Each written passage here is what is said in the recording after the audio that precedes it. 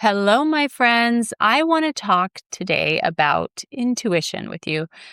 Real intuition, not fear with a spiritual vocabulary, not anxiety wearing a cute little moon necklace and calling itself discernment, not the part of us that learned to scan every room, read every facial expression, and predict every possible outcome because at one point, that was how we stayed safe. I want to talk about the kind of knowing that lives underneath all of that.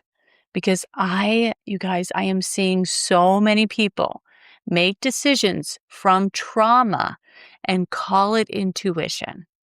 And I say that with so much compassion because when your nervous system has spent years protecting you, protection can feel sacred. It can feel wise. It can feel like a warning from God. It can feel so convincing that you never stop to ask, is this actually guidance? Or is this an old wound trying to keep me from ever being hurt again? The problem is that a survival strategy built in one season of your life can become a prison in another. So today, I want to go deep.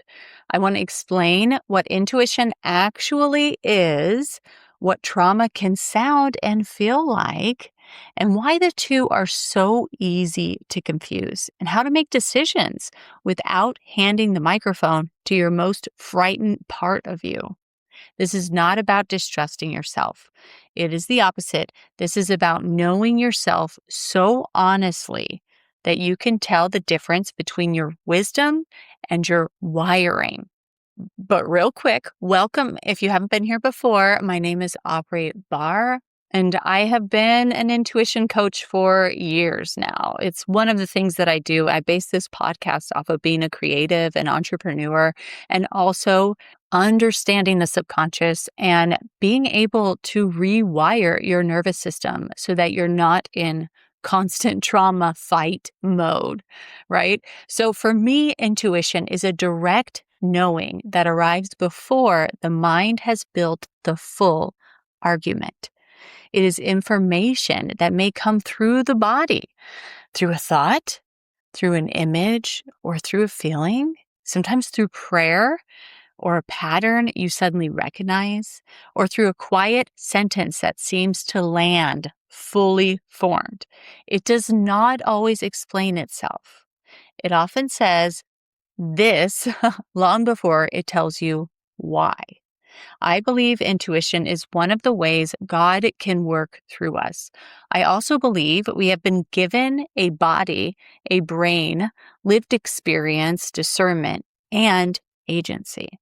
So I do not see intuition and critical thinking as enemies. True intuition does not require us to become gullible, abandon evidence, or crown every feeling as prophecy. Intuition is information. It is not automatically an instruction. That sentence matters. So I'm going to say it again. Intuition is information. It does not automatically count as instruction. You may intuit that something is off and still need to gather facts. You may feel a pull toward a new path and still need to ask practical questions. You may receive a clear no and realize the no is about the timing, the terms, or the way you were approaching something, not necessarily the entire opportunity. Mature intuition works with discernment. It does not throw discernment into a lake and tell it to stop ruining the vibe, right? And intuition is not reserved for a special group of spiritually gifted people or a special group of women. Could be a man, right? We all have access to signals below the level of conscious thought. Your nervous system is constantly taking in information. Your subconscious notices patterns. Your body registers congruence and incongruence. Your spiritual life gives meaning and direction to what you perceive. So the work is not forcing yourself to become intuitive.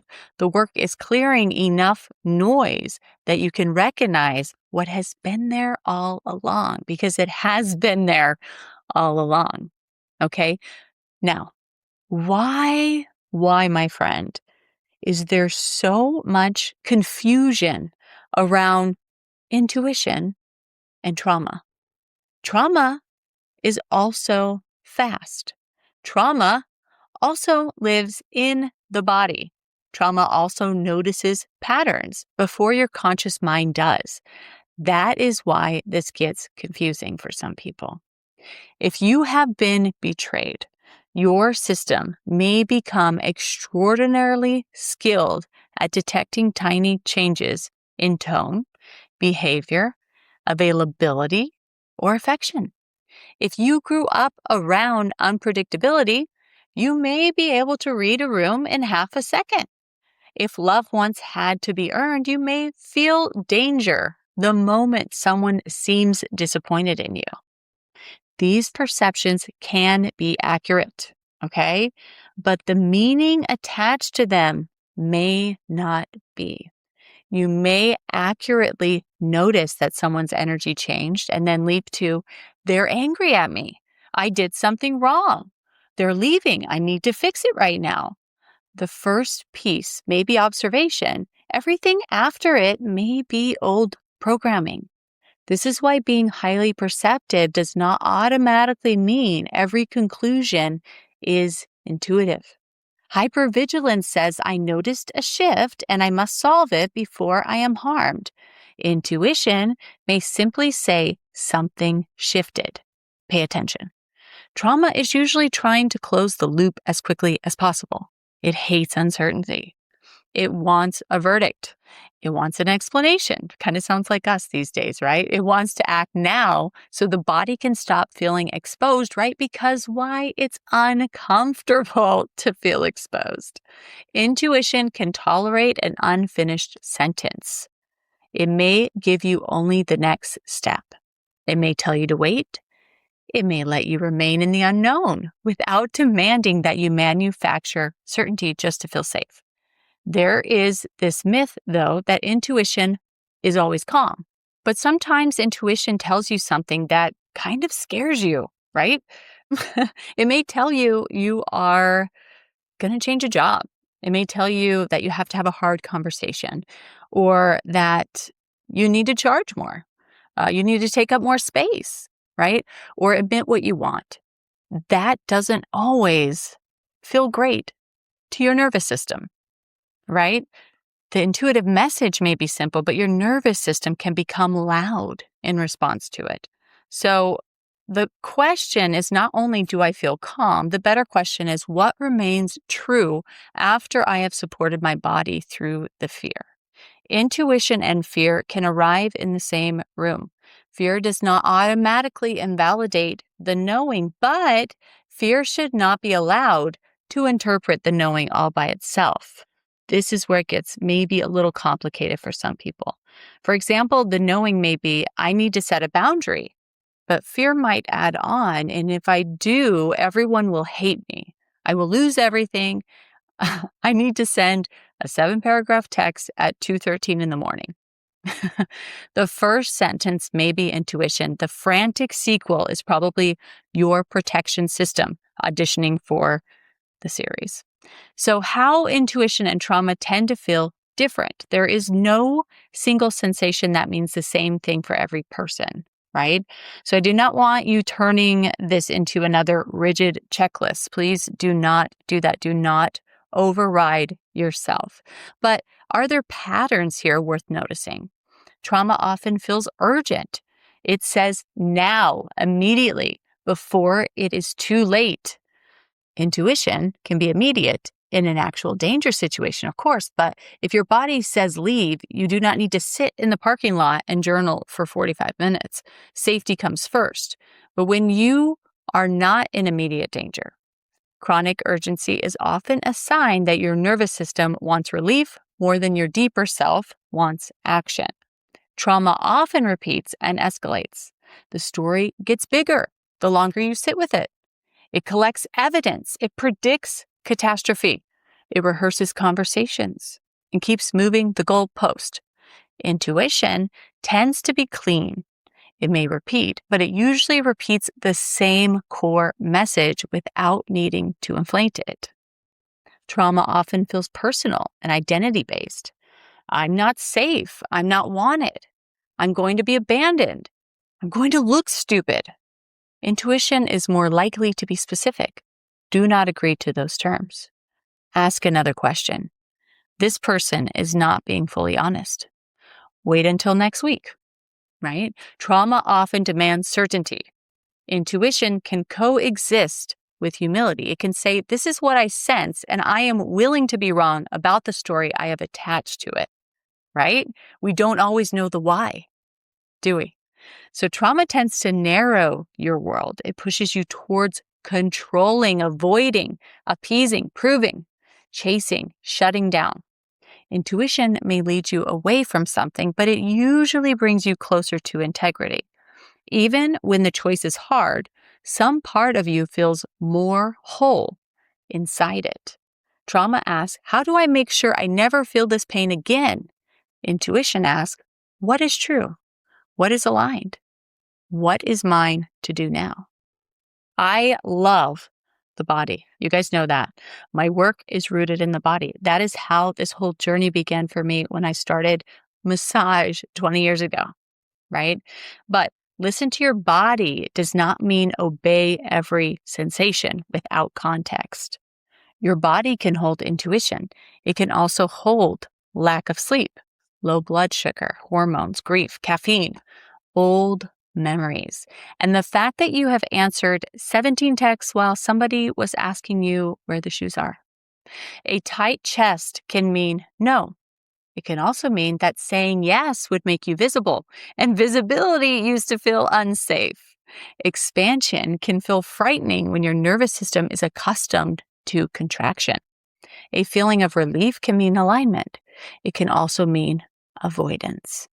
Canceling the opportunity may bring some immediate relief, but you escaped uncertainty, not because the opportunity was wrong. This is why we learn our own body instead of memorizing someone else's map. Okay, this is why I am not telling you exactly where you're going to feel all of these things, because you are different from me. Okay, but ask yourself, when I have followed a true knowing in the past, how did it first arrive? Where did I feel it? What was my quality or the quality of the message? And when I've acted from a trauma response, what happened in my body, my thoughts, my timing, my behavior? Your history is the data. You are building a personal dictionary, right? So here's a practice I want to give you. You can use this when you are deciding whether to take a job or trust this person or in this, relationship, make the investment, whatever. The 3 words are regulate, separate, test. First, regulate. Do not demand a life-altering answer from a body that currently believes it is being chased by a tiger. Put your feet on the floor. Exhale longer than you inhale. Look around the room and name what is actually present. Eat something, sleep on it, move your body, pray, take a shower, go outside. Do whatever helps your system return to this moment. Regulation is not a trick for making the uncomfortable answer disappear. It is how you lower the static so you can hear what is underneath it. And if you regulate and the message is still no, honor that. If you regulate and the message changes, honor that too. Changing your mind after your body settles is not proof that you cannot trust yourself. It is proof that you waited for more of yourself to come online. Okay, second, separate. Take the raw perception away from the story. Write down exactly what you know, exactly what you sense, and exactly what you are assuming. Maybe what you know is they have taken longer to reply this week. What you sense is there is distance here. What you are assuming is they no longer care about me and are planning to leave. Those are three different categories. When we collapse them into one, fear becomes fact. You can also ask, what is the first clean sentence? Before the mental courtroom opened, before you called 5 friends, before you built, your closing argument, what was the first simple piece of information? And go back to that, right? So we're keeping things simple here. Third, test. A genuine inner knowing does not need to be protected from reality. Ask a question, okay? Request clarification. Review the contract. Look for consistency. Some of us give it 24 hours, right? Imagine choosing option A, then imagine choosing option B, and notice what remains after the first wave of emotional relief or panic passes. Testing is not betraying your intuition. Testing helps you refine it. All right, so let's go over 7 questions to ask before you make a decision, a critical decision, I should say, right? Because not all of these are critical, but here we go. If you are in the middle of decision right now, pause this episode and answer these questions honestly. 1, is there an actual present danger, or does this situation resemble an old danger? Resemblance matters, but resemblance is not proof. 2, am I being guided towards truth, or am I trying to escape a feeling? Sometimes the action is the same, but the energy and timing are completely different. 3, what facts support this knowing, and what facts challenge my interpretation? Intuition does not become less spiritual because you check the evidence. 4, does the core message remain the same when I am rested, fed, grounded, and no longer in an emotional peak? Notice I said the core message, not whether you feel zero fear. 5, is this choice rooted in self-respect, or is it rooted in punishment, proving, pleasing, or control? A boundary says, this is what I will do to honor myself. Control says, this is what you must do, so I do not have to feel unsafe. 6, if I knew I could handle disappointment, rejection, embarrassment, or grief, what would I choose? Trauma often chooses based on which feeling it is desperate to avoid. 7, what is the next honest step? Not the entire 10-year plan, okay? Intuition often gives enough light for the next few feet. You get into trouble, then you insist on stadium lighting, right, to see everything, but that is not how it always works. I have so much more to say on this topic because it is quite literally what I've built my whole business on. But I just want to touch on one more thing in this episode, okay? And that's signs. Because signs can support intuition, and they can also become part of an anxiety loop, okay? A song, it's a number, a dream, a phrase that keeps appearing. These things can feel meaningful. I believe God can meet us in a deeply personal way through signs, but a sign should invite you into deeper relationship and discernment, not remove your agency. Right? You still have a choice, my friend. If you are asking for 17 signs, changing the criteria every time and scanning the universe until it gives you the answer you already want, that is probably not clarity. That is spiritualized reassurance seeking. Let signs be a nudge, not a substitute for character, facts, prayer, wisdom, and choice. God does not need you to abandon yourself in order to be guided. So just remember that. Okay. And if you are someone who does not trust your intuition right now, because I know that is so many of you, that is one of the biggest reasons why people find the work that I do when I coach around intuition. For this category of people, we're going to start really, really small. We're not going to begin with the biggest decision of your life. Okay. Before checking the weather, notice what you sense. Before opening a message, notice who comes to mind. When you walk into a space, notice the first neutral impression before your analysis begins. I can't say that word right now. Ask yourself, what your body wants for lunch, not what is perfect, clean, disciplined, or impressive. Practice hearing preference without turning every preference into a moral issue. Okay. Keep an intuition journal. Write the date, the first impression, what it felt like, what story you added, what action you took, and what happened. The point is not to prove you are psychic. The point is to learn your patterns. We all have our own patterns. You may discover that your clean knowing is usually one sentence.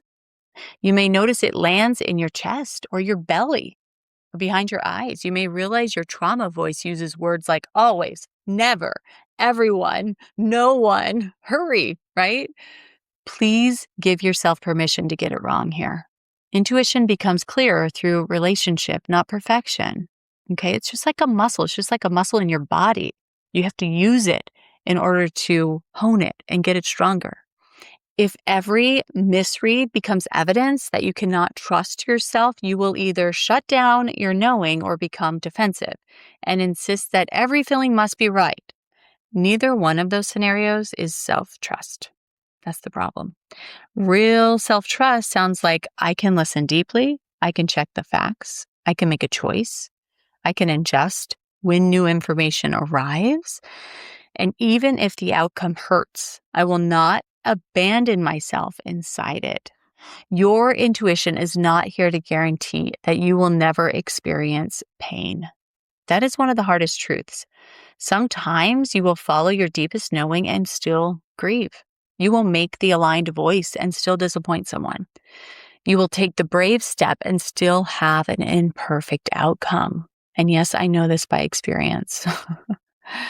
Intuition is not control. It is relationship with yourself, with God, with truth, and with the life that is actually unfolding instead of the life fear is trying to pre-solve. Trauma says, if I can predict everything, I can prevent pain. Intuition says, I may not know everything, but I know how to stay with myself for the next honest step.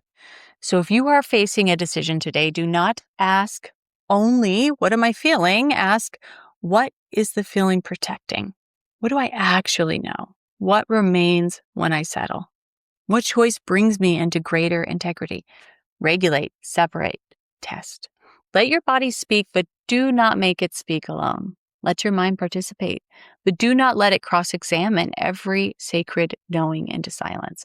Let God guide you, but do not use God to bypass the wisdom, evidence, and agency you've also been given. You do not need to force the answer. You need enough safety to hear it. And sometimes the most intuitive thing you can do is wait until the sacred part of you no longer has to shout over everyone else. If this episode gave language to something you have been navigating, send it to someone who is learning to trust themselves again. And if you want support separating old subconscious patterns from your own inner knowing, that is the heart of the work I do. You can find the ways to work with me in the show notes. Until next time, my friends, keep choosing the next honest step. That is where sacred momentum begins.